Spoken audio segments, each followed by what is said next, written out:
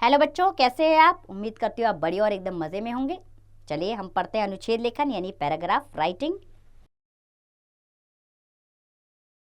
किसी एक विषय पर 8-10 वाक्यों में विचार व्यक्त करना अनुच्छेद कहलाता है। इसका प्रत्येक वाक्य मूल विषय से जुड़ा होता है। इसके अंतर्गत केवल एक भाव या विचार को विस्तार से प्रस्तुत किया जाता है। इसे सारगर्भित संक्षिप्त निबंध भी कह सकते हैं, परंतु निबंध में विविध पक्ष होते हैं और अनुच्छेद में केवल एक पक्ष को लिया जाता है। आइए अनुच्छेद लेखन की महत्वपूर्ण बातें जान लेते हैं। अनुच्छेद के विषय पर ढंग से विचार कर लें। विषय से संबंधित बातों को एकत्र कर लें। भाषा सरल होनी चाहिए, मुहावरेदार भाषा से बचें। छोटे वाक्य बनाएं, कल्पना की उड़ान से बचें।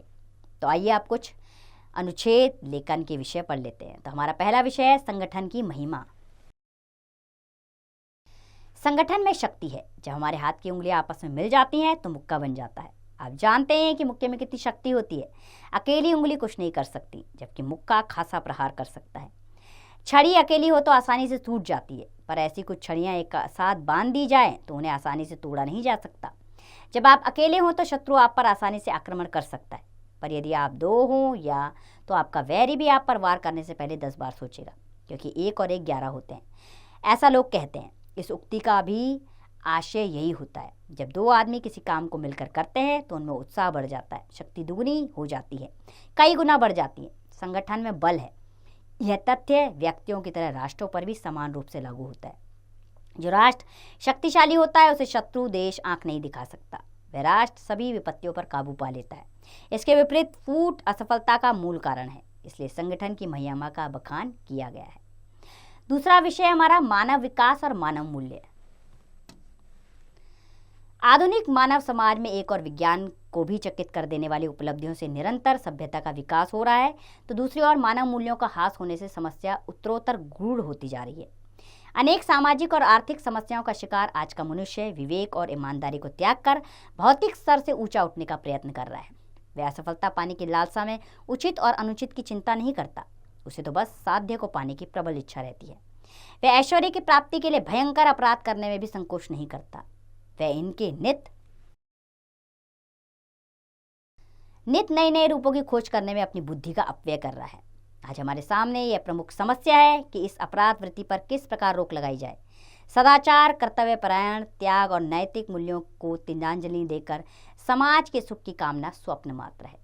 और तीसरा है हमारा हिमालय।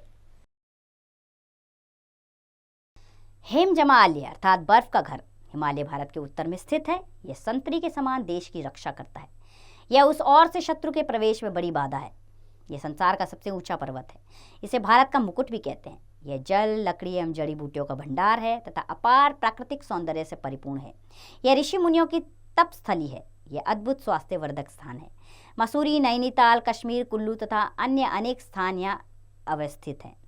यह लगभग 150 मील है। इसके मध्य में वन है और नीचे की ओर उपवन है। यह ऊपर से बर्फ से ढका है। इसकी मिट्टी इतनी उपजाऊ है कि उत्तर प्रदेश और हिमालय प्रदेश के अधिकांश भाग बड़े ही उपजाऊ हैं। एवरेस्ट, जो संसार का सबसे ऊंचा शिखर है, इसी पर्वत पर स्थित है। वास्तव में यह भारत की शोभा में 4 चांद लगाता है। यह भारत का बेजोड़ प्रहरी है। अगला विषय हमारा वनों से लाभ। वन देश और समाज की संपत्ति है। वे प्रदूषण को रोकते हैं। वे वातावरण को स्वच्छ एवं समृद्ध बनाते हैं। इस प्रकार वन सुख स्वास्थ्य के आधार है। गर्मी तथा बाढ़ को रोकने में वनों का बड़ा हाथ है। वर्षा भी वनों के कारण होती है। वन वर्षा पर पशु पक्षी अपना जीवन निर्वाह करते हैं। वनों से ही हमें जड़ी बूटियाँ प्राप्त होती हैं।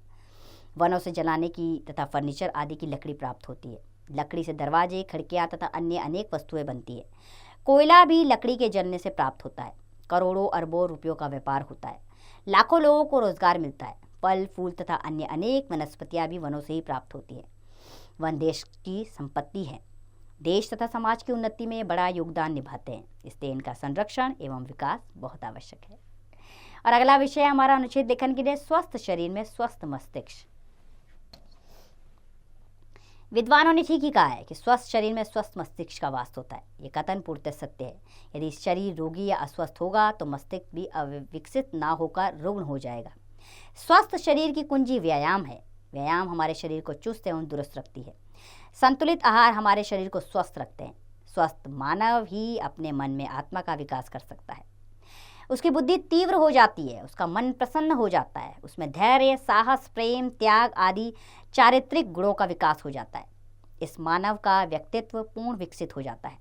अतः व्यायाम का अभ्यास ईश्वर पूजा के समान नियमित किया जाना अपेक्षित है। अगला विषय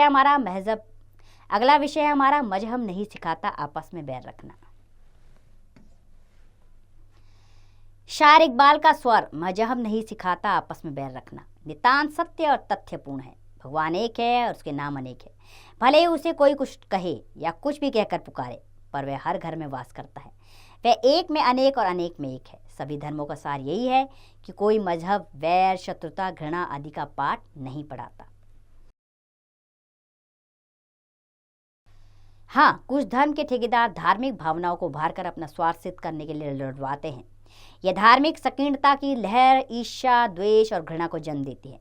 परंतु हमें इससे ऊपर उठना है। हमें संसार में मानव धर्म की भावना और विश्व बंधुत्व की भावना को जगाना है। तभी विश्व में शांति स्थापित हो सकेगी। कोई धर्म आपस में लड़ने की शिक्षा नहीं देता। धर्म का आधार तो मानव प्रेम और शांति ही है। अगला विषय हमारा देव देव आलसी पुकारे। आलसी व्यक्ति ही देव देव की रट लगाता है। आलसी व्यक्ति ही भाग्य के भरोसे रह जीवन भर दूसरों को कोसा करते हैं। परिश्रमी, कर्मठ तथा निरंतर परिश्रम करने वाले व्यक्ति भाग्य के भरोसे नहीं रहते। परिश्रमी व्यक्ति तो असंभव को भी संभव कर दिखाते हैं। इस विश्व में आज तक जितना भी हुआ है वो पुरुषार्थ का ही परिणाम है। निठल्ले कर्महीन व्यक्ति ही भाग्य के भरोसे रहते हैं। ऐसे लोग ना स्वयं कुछ करते हैं ना दूसरों को कुछ करने देते हैं। वह स्वयं तो समाज पर बोझ बनते ही हैं, दूसरों की प्रगति में भी बड़ी बाधा उपस्थित कर दिया करते हैं। जीवन की सच्चाई तो यह है कि परिश्रम ही सफलता की कुंजी है, प्रगति का आधार है, समृद्धि का द्वार है। यह वसुधा वसुंधरा है। कर्मठ, कर्मवीर, पौरुषयुक्त व्यक्ति ही अपने परिश्रम के बल पर वसुधा के अपार कोश का आनंद ले पाता है। अगला विषय हमारा समाचार पत्र। समाचार पत्र जनसंचार का एक प्रमुख साधन है। इसमें देश विदेश की घटनाओं तथा अनेक समाचारों का विस्तार से वर्णन मिलता है। सुबह सुबह पाठक लोग अखबार की प्रतीक्षा में बेचैन हो उठते हैं और अखबार मिलते ही कुछ समय के लिए दूसरी दुनिया में खो जाते हैं। हमारे देश में विभिन्न भाषाओं के अनेक समाचार पत्र प्रकाशित किए जाते हैं। समाचार पत्र में केवल घटनाएं ही हो ऐसी बात नहीं है। आजकल इसमें खेलकूद, व्यापार, बाजार भाव, सिनेमा, रेडियो और दूरदर्शन के कार्यक्रमों की जानकारी भी होती है। समाचार पत्रों में विभिन्न प्रकार के विज्ञापन भी होते हैं जिससे उपयुक्त व्यक्तियों को लाभ होता है। अगला विषय हमारा प्रदूषण। आज मनुष्य ने अपनी सुख सुविधाओं के लिए अनेक मशीनों का आविष्कार किया है। जनसंख्या भी लगातार बढ़ रही है। इसके चलते वनों की कटाई हो रही है तथा उद्योग धंधे स्थापित हो रहे हैं।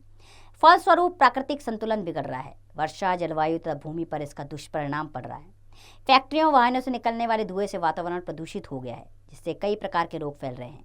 इसी प्रकार औद्योगिक कचरे को नदियों में बहा देने से जल प्रदूषित हो रहा है।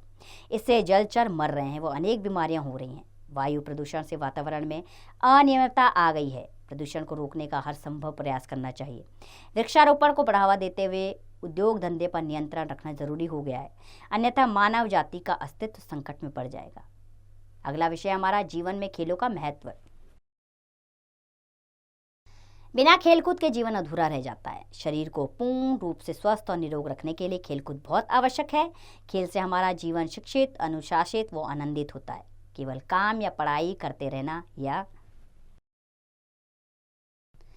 केवल खेल में ही व्यस्त रहना ठीक नहीं है। जीवन में गतिशीलता तभी आती है जब हम खेलने के लिए समय खेलते हैं और काम के समय हम काम करते हैं। खेल से हमें अनुशासन की शिक्षा मिलती है।